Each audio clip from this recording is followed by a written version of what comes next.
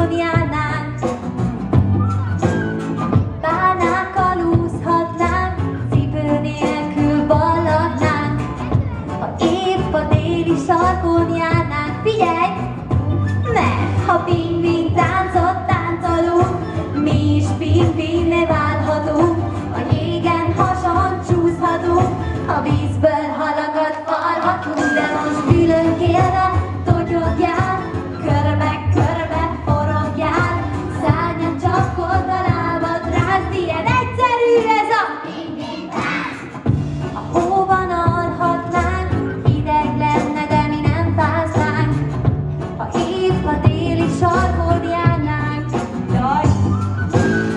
Bálnákkal úszhatnánk, cipő nélkül ballatnánk, ha épp a déli sarkon járnánk. Na hadd lát!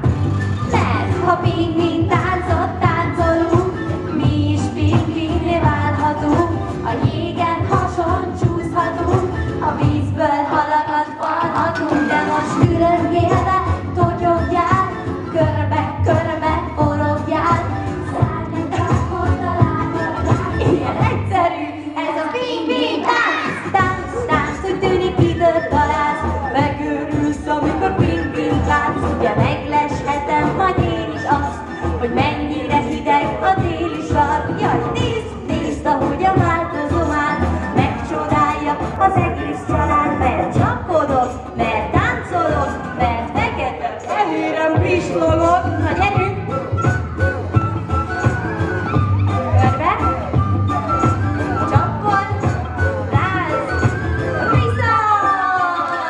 Mert ha pingvin táncot táncolunk, mi is pingvinné válhatunk. A jégen hason csúszhatunk, a vízből halakat farhatunk. De most ülök élve, togyogjál, körbe-körbe forogjál, szárnyat csapkod, a lábad rázd. Ilyen egyszerű ez a pingvin tánc!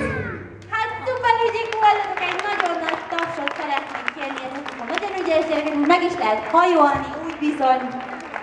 Én